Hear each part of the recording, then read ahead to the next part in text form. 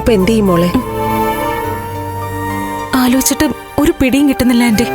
ഞാൻ ഫയല് വീട്ടിൽ കൊണ്ടുവന്നുള്ളത് ഉറപ്പാ. അവിടുന്ന് കാണാതായിരിക്കുന്ന എന്താ സംഭവിച്ചെന്ന് മനസ്സിലാവുന്നില്ല. മോള് വീട്ടിലേക്ക് കൊണ്ടുവരാൻ വേണ്ടി ചിലപ്പോ ഓഫീസിൽ നിന്ന് എടുത്തു കാണും. വഴിയിൽ വെച്ച് മറന്നതാണെങ്കിലോ?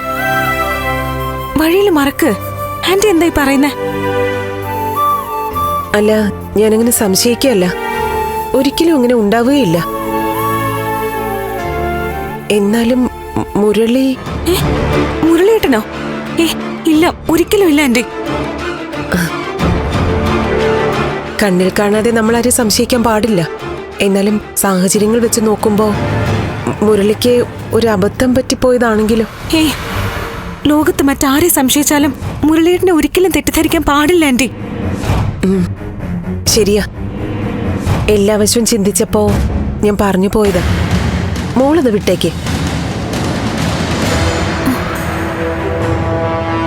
2 ദിവസത്തിനുള്ളിൽ CM മീറ്റിംഗ് വിളിക്കും. ഫയല് നഷ്ടപ്പെട്ട കാര്യം അറിഞ്ഞാൽ അത് വലിയ പ്രതിസന്ധി ഉണ്ടാക്കും. പ്രതിപക്ഷം ഗവൺമെന്റിനെ അടിക്കാനുള്ള ആയുധമാക്കും. ഭവന പദ്ധതിയുടെ ഫയൽ കാണാതായെന്നൊക്കെ ആരോപിച്ച് അവര് പ്രതിരോധ സമരം തുടങ്ങും. ചാനലുകൾ അവരുടെ ഭാവനയിൽ ഓരോ വാർത്തകൾ ഉണ്ടാക്കും. MLA സ്ഥാനത്തിന് വരെ ഇളക്കം തട്ടിയേക്കും. മോളെ, സ്ഥാനം പോകുന്നതിലും എനിക്കൊരു പ്രശ്നവുമില്ല. പക്ഷെ അത് അച്ഛനുണ്ടാക്കുന്ന നാണക്കേട്, അത് ആലോചിക്കുമ്പോഴാ. മോള് വിഷമിക്കാതെ. ഇതുപോലുള്ള പ്രതിസന്ധികൾ ഒരുപാട് കണ്ടിട്ടും കൈകാര്യം ചെയ്തിട്ടുള്ള ആളല്ലേ സിദ്ധു. സിദ്ധാർത്ഥനറിയാം ഇതെങ്ങനെ കൈകാര്യം ചെയ്യണമെന്ന്.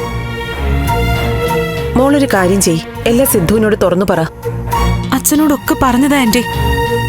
പിന്നെ ഈ വിഷയത്തിൽ അച്ഛനെ വലിച്ചഴിക്കുന്നത് ശരിയല്ല. ആന്റി, ഒരു കാര്യം പറയുമ്പോ മറ്റൊന്നും തോന്നരുത്. എന്താ മോളെ? അല്ല, ത്യാഗരാജൻ ചേട്ടൻ അച്ഛനെ കാണാൻ 2-3 പ്രാവശ്യം വീട്ടിൽ വന്നിരുന്നു.